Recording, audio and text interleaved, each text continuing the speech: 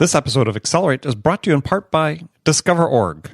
Looking to close 4 times as many deals in half the time? Discover.org's industry-leading, human-verified sales intelligence gives you all of the data and insights like direct dials, org charts, planned projects, verified emails, and executive moves you need to stop wasting time on research and spend more time talking to the right decision-maker with the right message at the right time. Their team of 250-plus sales researchers do all the work so that you don't have to. 2,500 companies are already using Discover.org to win more deals. So check them out at www.discoverorg.com. That's www.discoverorg.com.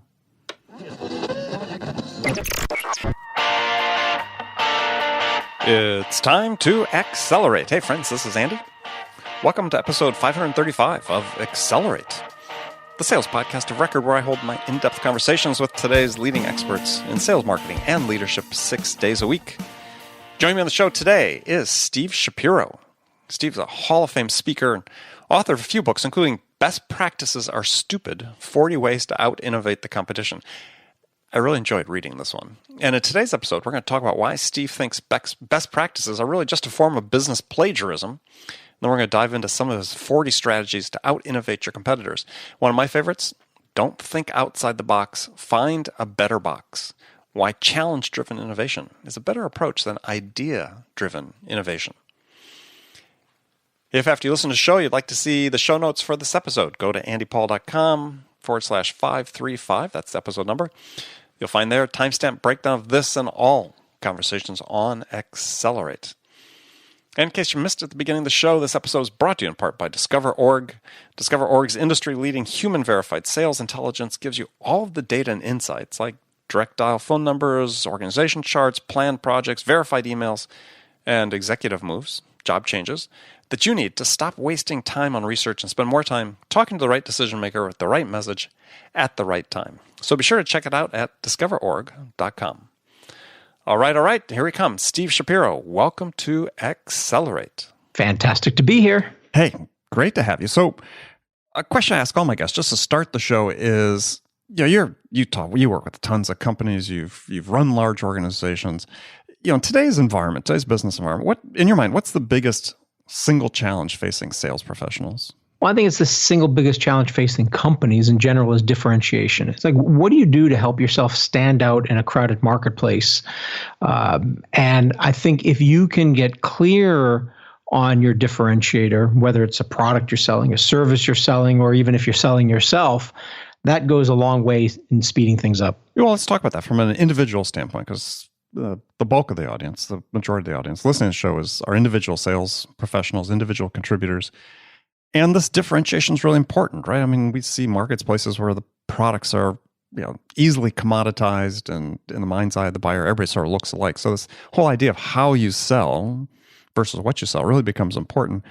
I mean, what have you seen as the way that individuals can sort of best shape that differentiation? Well, I think part of it comes down to recognizing who you are as an individual. The problem is everybody's trying to copy everyone else, and then we are no longer unique, we're no longer special. And so part of it is to first figure out what makes you special. So for example, with myself, I know that people like to do business with me because I'm trustworthy. I have a very positive outlook on life. Obviously, I have content and things that I create of value, but people like to do business with me just because they like to do business with me. And therefore, they become fans of me actually before they become fans of my content. And I think that's, in some respects, a great place to come from. And so every person has to figure out, why would somebody want to do business with you, not your product, but why would they want to do business with you? What makes you special, and who are you when you're at your best? Well, I think that is really sort of one of the pressing issues I see in sales today is there's and certainly in certain segments of selling, because in the tech industry a lot is that very process driven. People are, it's really activity based, right? People are really measured more on how many calls they're making, how many emails they're sending, and there's really seemingly a premium so put on conformity to this process rather than what I see is that's process is important, but how do we enable these individuals to bring themselves to the game? right? So they can differentiate themselves, so they can add more value to the prospects. And that seems to be something as a profession we're really struggling with. I like the way you said it, bring themselves to the game. I think that really is the key, is that individuality. I mean, for me, I know in the past we've tried to use social media and other techniques, talking about my company, as a sales tool, and I realized that just never worked. So what I decided is I moved to Orlando recently, and I'm using LinkedIn now just to meet people. I mean, I've met some of the coolest people. I don't talk about selling. I don't talk about myself. I don't talk about my products. I show a true interest because I am fascinated with people at Disney, people at Universal Studios who are creating fast passes, or they're creating rides, or, sports teams, how they're innovating sports teams or hospitals. And I become a sponge, which is excellent because it makes me more valuable with the knowledge I gather. But then I build these relationships, and what I've noticed is in a short period of time, people are saying, "Oh, I met with Steve and we talked about the great conversation. You need to meet with this person." Now all of a sudden, my network's growing exponentially in just a matter of weeks, just by being there and listening. And that's my style, that as opposed to maybe somebody else's style. But I'm saying that works for me. Mm-hmm. Yeah, but you found what works for you. Exactly. And I think, as I was saying, it's one of the things I think we're struggling with is, and this sort of gets to the topic we want to talk about today, which is you wrote a very interesting book called Best Practices Are Stupid. And first of all, great title, by the way. Thank you. And the hook was set very quickly. And yeah, I think this is one of the issues that plagues a lot of sales. So I want to jump at this. So you say best practices are stupid. So why are they stupid? There's three primary reasons that they're stupid. The first one is sort of the obvious one, which is if you're replicating other people, you're not innovating. So you aren't standing out. And it's pretty much what we just talked about. It's sort of this Me Too mentality.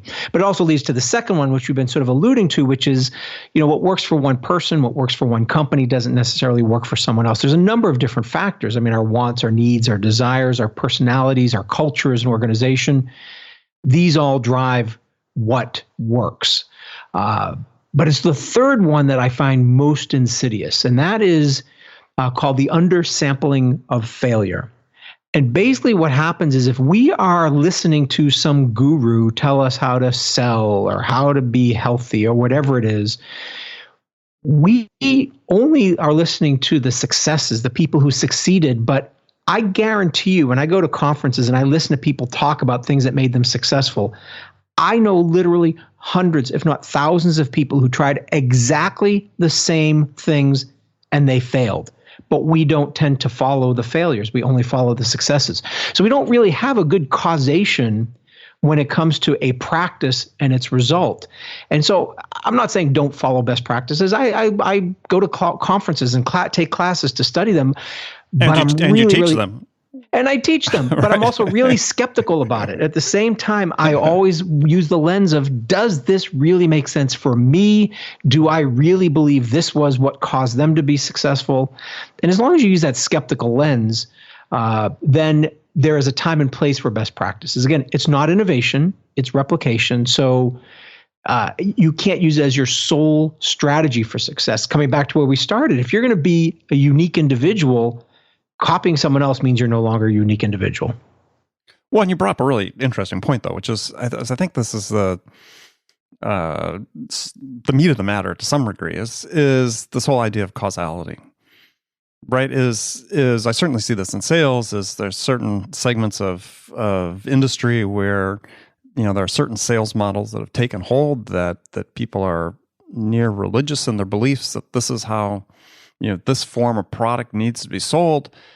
And yet there's nothing from a data and a research perspective that says that this is working, or that it's working any better than any other alternative.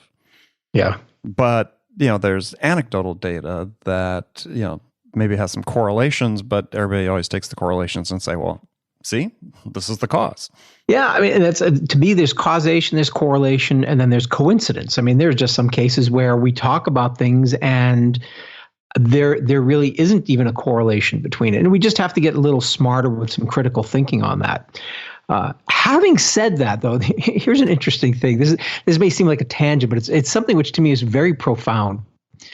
So one of my products, I'd been using it for about, it's now over 10 years old, but when it was about the 5-year mark, I decided to hire some scientists to do some scientific validation on this product. I knew it worked. I knew the impact it made in organizations because I saw it, but I didn't know if it was scientifically valid. So I wanted to apply some quantitative analysis to it. And the guy who I hired said, look, there's an important distinction between being valid and being useful. And this guy was an expert in psychometric testing. And he said, we spent tons of money on developing statistically valid tests to determine if someone is depressed.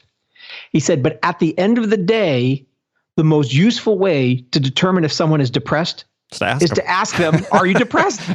So, so he said, sometimes useful is more important than valid because something that is valid isn't necessarily useful in the real world. That's very, very interesting. Well, and this sort of gets back to my point is the data we do have shows that and we got all this technology pouring into sales, and yet we can't prove that it's making a difference.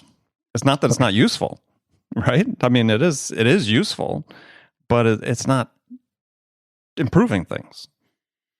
It's really to me, it's an interesting conundrum to sort of look at and say, okay, well, what's the next innovation that we need to have to say, okay, how do we actually use all this innovation? And look, if it's useful, but it's not producing results, then I would argue that's maybe not very useful. It's just something to use. It's producing the same results. The same results, yes, but it's not producing new results. Right. Yeah. And that's the opportunity. That is the opportunity, I think. Yeah, absolutely. I love one of the term you use in I don't think it was in the book, but as in a blog post or in a video that you did, was that calling best practices basically business plagiarism. And I think it's a great image for people to sort of hold in mind when they look at best practices and just sort of say, okay, we've got to do it just this way. Yeah, I mean, we have this mindset that we're supposed to be copying what everyone else is doing. And coming back to your first point, and I just think this is really critical, is we need to find out who we are first, what differentiates us, and then fit things into that, not the other way around. What we tend to do is mold ourselves into a best practice rather than say, how does a best practice apply to me and my individual style and my individual wants and needs and my desires, and let that be the compass rather than the practice be the compass. Mm-hmm. So let's look at some of the individual ideas you had about innovation in your book, because I think that these have value for CEOs, people listening to the show, CEOs, entrepreneurs, sales leaders, and the individuals themselves. And just sort of start right at the beginning is one of your first ones is that asking for ideas is a bad idea. So what do you mean by that? Well, I think this is one of the biggest mistakes that companies make is they start off innovation and they equate it to a big suggestion box, and they ask their employees for their opinions, suggestions, and ideas, and they get hundreds or thousands, or in some cases, tens of thousands of ideas. And they start sifting through these things and they quickly realize there's not a lot of value in here. So what they need to do is somehow in those situations find the hidden nuggets and extract as much value as they can for them, and then not piss off the other people who put their ideas into the system and they didn't do anything with it. So to me, asking for ideas it's a recipe for failure, because everybody has an opinion, suggestion, or idea. It doesn't mean it's good. Dirty Harry once said, opinions are like, he didn't say this, but he said opinions are like butts. Yes. Everyone has one. Right. And in my opinion, most of them stink. So we need to stop asking people for their ideas because everybody's got one. So, if you're sort of at that moment where you think, okay, we're in a situation where some innovation is needed, so if you're not asking for ideas, what are you doing? So what we've found that is by far the most successful way to drive an innovation program is to shift away from an idea-centric innovation program to what I would call a challenge-centric innovation program, which basically means instead of unbounded questions, because if you think about it, a suggestion box is still asking a question. The question might be, how do we improve the business? And then we ask people to provide their answers to that. But if we get more specific in the questions that we ask, if we get better at the questions we ask, so instead of how do I improve the business, but how do I improve revenues? Okay, well, what aspect of revenues? And so as you start moving away from ideas, which are usually very abstract, and you move them towards finding solutions to well-framed challenges, we increase the ROI in innovation a minimum of tenfold. In some cases, it's an order of magnitude greater value because we get people focused on what matters, what's important, what differentiates us. And before we get started asking for answers to these questions, we have everything lined up in terms of sponsorship, ownership, resources, money, time, and we have qualitative and quantitative evaluation criteria that allows us to objectively choose what are good answers. So it's just a massively different mindset moving towards questions rather than ideas. Well, I think the title you had of that chapter for that specific tip really was a great title, which is say don't think outside the box, find a better box. Right. As you said, rather than you're trying to find these global ideas, look at what you're doing and set up your challenges that will drive the innovation. They'll take you one step further where you want to be. Yeah, and coming back to don't think outside the box. The problem with thinking outside the box is the more abstract the problem you are solving, the more the fluffier the solutions you get, and usually the lower quality and the lower relevancy. Mm-hmm. So when you change but the issue isn't that you need to think broader. The problem is we're looking in the wrong place. Can I give you a quick story on that, which I just think is so sure, absolutely. It's so powerful. And when you hear it, people are like, oh wow, that's like crazy. So short version of the story. Airport had a problem with this baggage claim, took way too long. Basically, on average, it took 15 to 20 minutes for the bags to get from the plane to the baggage carousel. So they decided to fix the problem. How do we speed up the bags? And they went off and spent a ton of money on faster conveyor belts, more baggage handlers, newer technology.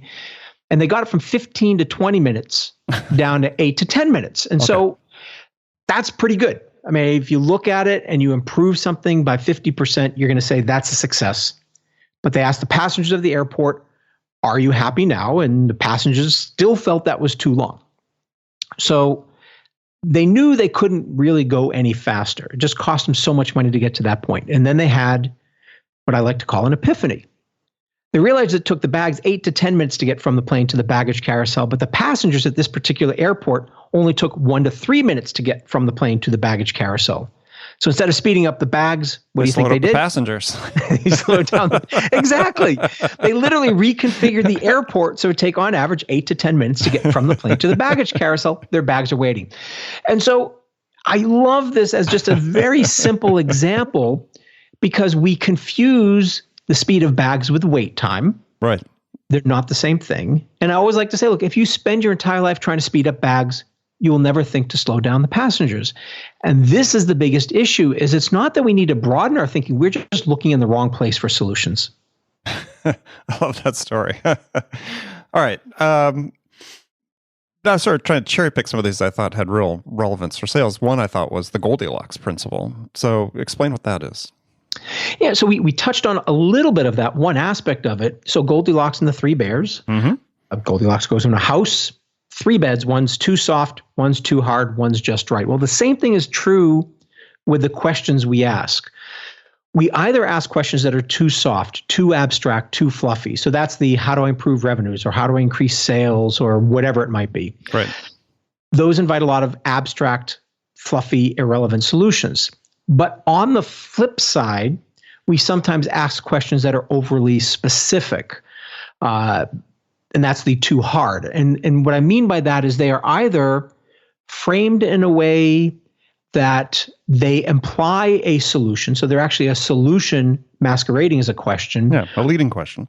A leading question, exactly. Right. Or they're so narrowly defined that the solution can only come from one small, very specific place. Right.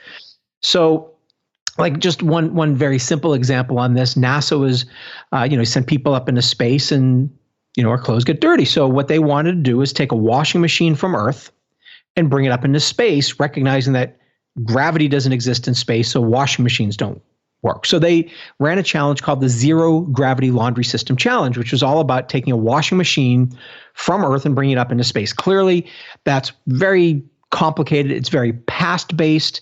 So when they moved away from a washing machine as the problem to how do we get clothes clean, they got a different range of solutions. It had nothing to do with pumps, valves, and pipes, but now it's about cleaning solutions. Mm-hmm. And what's interesting is you could change one word in that, how do we get clothes clean, to how do we keep clothes clean? And now you've got a completely different range of possible solutions. Now it's talking about material science. So you could change one word in a question and get a fundamentally different range of answers. And that's really, to me, the most important thing here is that we need to recognize the questions we ask, the words we use, the language and conversations we have with our customers and our clients and our prospects all drive particular behaviors and beliefs in their mind. Right. No, I think absolutely. And as you talk about, you have your grid that you had in the book, that sometimes you get a solution that's too big, and sometimes you get a solution that's too small. You have to find the solution that's just right. And this is a big challenge in sales, right? Because oftentimes companies will send out salespeople armed with these sort of scripted questions that, sometimes are either too big in terms of the solution that they're trying to sort of put forward and the questions they're asking the customers, or, as you said, sort of leading questions, too narrow. The only relevant answer is something that points directly to your product. And that's just too small for the customer, right?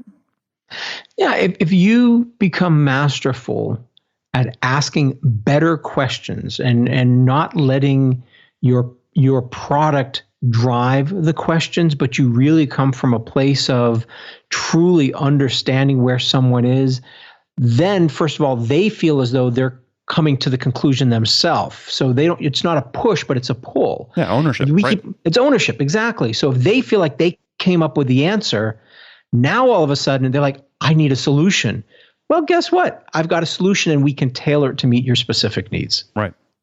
Now, another one that I thought was really interesting, and this is a little controversial these days because we're seeing more and more sales come inside, sort of be inside sales oriented, but is your lessons from Indiana Jones, which is that it's just don't survey your customers, but you have to go observe them in action. And to me, this was a powerful one because I so believe in this, and I think that companies that have sort of adopted the inside sales model are a little too dogmatic in how they apply it, because there are times when there's no substitute for going and seeing your customer and what they're really doing. Well, that's spot on. I mean, I think one of the challenges we have is, especially today with big data and analytics and all of that, we seem to believe that we can analyze things to find answers that are across the board. The problem is, first of all, for the most part, big data gives us past-based information because we only have data about the past.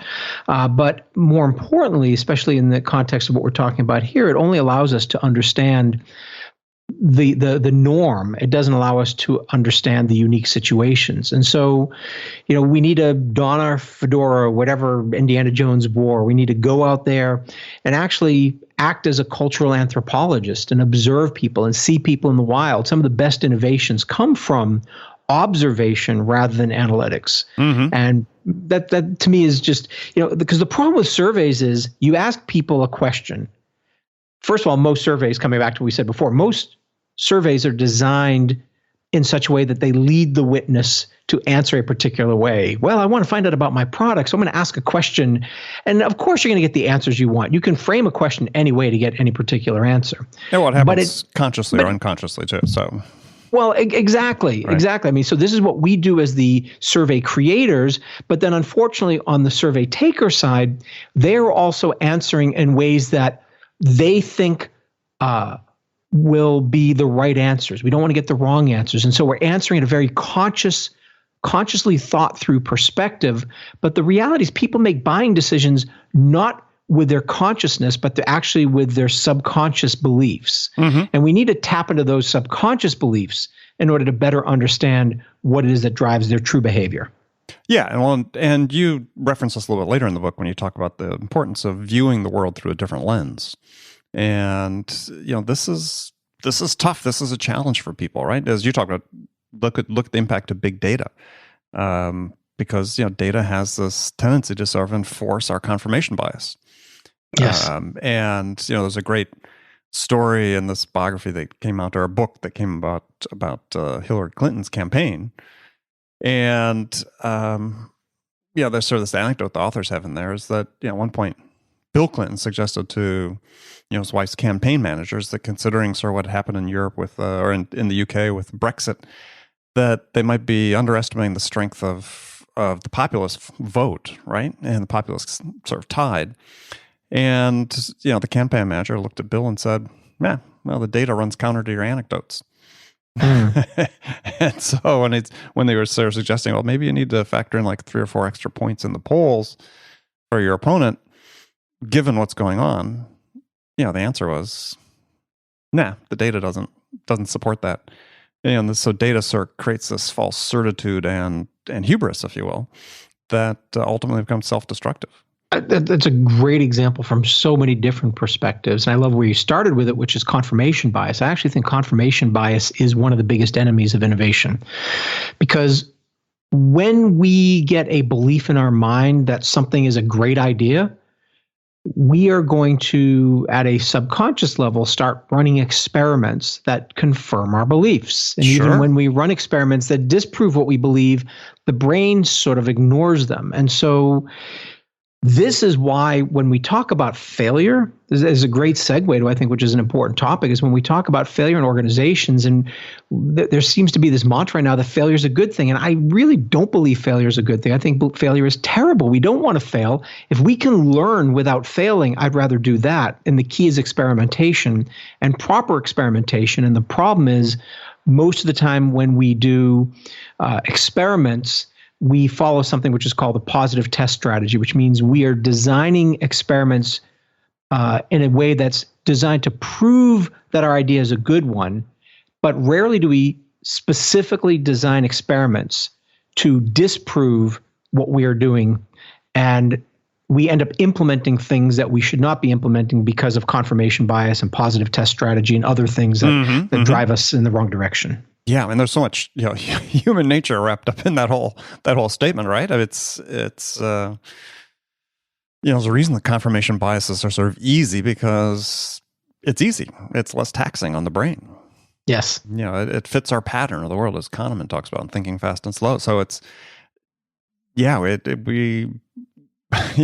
takes a conscious effort to sort of fight back against that.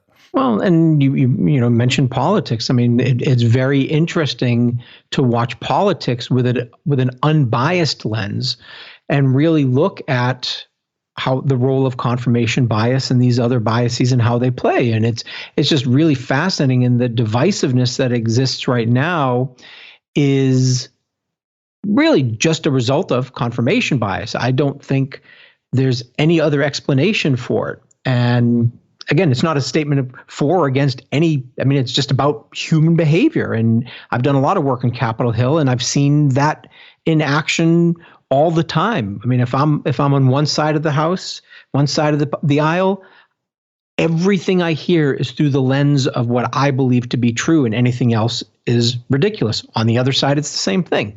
And that drives so much of what we do as human beings. Well, yeah, and I think that part of that is due to sort of the phenomenon we touched on earlier, which is this, ever presence of more data, right? And one of the things that's happened over the last 10, 15 years, certainly in online reporting, but reporting in general, is increased use of data and infographics and ways to present data. And I had a guest on the show a few months ago. John H. Johnson wrote a book called Every Data, which is about basically how we misuse the information we consume every day. But it's sort of, it's set up to be eye-catching and plays to, the bottom line is it plays to, one side or another's confirmation bias. Right, exactly. So we're getting our confirmation bias reinforced more frequently and more emphatically just through the way we present and consume information this day. So last one I wanted to touch on with you, the time we have left, was that simplification is the best innovation. And I love this, because certainly in sales, what we're seeing is actually sales processes and sales methodologies, in part because of the new tools available, really becoming more complex. And again, if we're trying to solve for the problem that hey, we've got all this technology and our overall productivity isn't increasing, then maybe the answer is not to be more complex, but to be more simple. Yeah, I think that the key with all innovation is to recognize that adding more features and functions to technology, and even when it comes to selling, sharing every feature and function just confuses things. And a confused buyer never buys. You think about a remote control for your TV. It can basically, I think could cook my eggs if I knew which combination of buttons to push. But my favorite remote is the one that comes with my Apple TV because it's got a fast, pause and a play and a couple of other things, and that's it. And really, really simple and streamlined. And I think the same thing when it comes to selling. I think what we need to recognize is that people will be interested in what you have to offer when there are three things in place. The first thing is they have to be discomfortable. They have to be uncomfortable or dissatisfied with the way things are today. So if they're happy enough, the barrier to get them to change, to buy your product, to work with you, if they are happy enough with your competitor or their current situation. So the first thing is to create discomfort. The second thing is they have to be able to envision a better future. That's the easy one. What can we do? But then the third thing, and this is where simplification comes into place, is they have to believe that the amount of energy in terms of time, cost, money, implementation, risk, disruption to the business, that it's worth the effort. And so you can simplify your products, but in some cases, what people really need is the simplification of implementation, because they need to feel as though the amount of energy it's going to take to actually switch over to what you have to offer is going to be worth it. And in many cases, you might have a better solution, but in their mind, those barriers to implementation are greater than the benefits, and then you're going to lose. Yeah, and I think there's even an intermediate step there, which is the barriers to making a decision. Yes. And so the degree to which you can simplify the whole process of the customer gathering the information they need to quickly make a decision is huge as well, and a big differentiator. And I think one of the things we get caught up on, and it's interesting on your take on this, is sort of the last point, is that we seem to be so focused on, like I said, methodologies and processes, but very little on sort of like core principles. And so for me, for selling, it really boils down to like 3 or 4 core principles, irrespective of the method, right? If you're selling evinces these core principles, then you're making things really simple. Yeah, I love that. I mean, I'm a sax player, and one of the things which I used to do is I'd bring my sax on stage, and I would have a jazz band, and I would say to the band who I'd never talked with before the event, 12-bar B-flat blues, and we'd just start jamming for 10 minutes. And I would contrast that with a symphony, which is the processes, it's the methods, it's the steps, and there's a right way and there's a wrong way. There's a right note and a wrong note, and there's timing and all of that. But the reality is, to me, simplicity is jazz. And those principles that you're talking about are that 12-bar B-flat blues. I don't need the sheet music when I have the principles. And when I have principles, I have adaptability. And to me, adaptability gives me innovation. Love it. Love it. Well, we're going to end it there. That perfect way to sum it up. So, Stephen Shapiro, thanks for being on the show. Tell folks how they can find out more about you and connect with you. Best way to find me is steveshapiro.com. Excellent. All right. Very simple. Well, again, thanks for being on the show. And friends, thank you for spending this time with us today. Make sure you come back. Join me again tomorrow. Another great episode of Accelerate. Until then, if you get a chance, if you haven't already subscribed to the show, please go to iTunes or wherever you listen to the show and subscribe. Leave a review. We'd love to hear what we could do to make this a better experience for you. So thanks again for joining me. Until next time, this is Andy Paul. Good selling, everyone.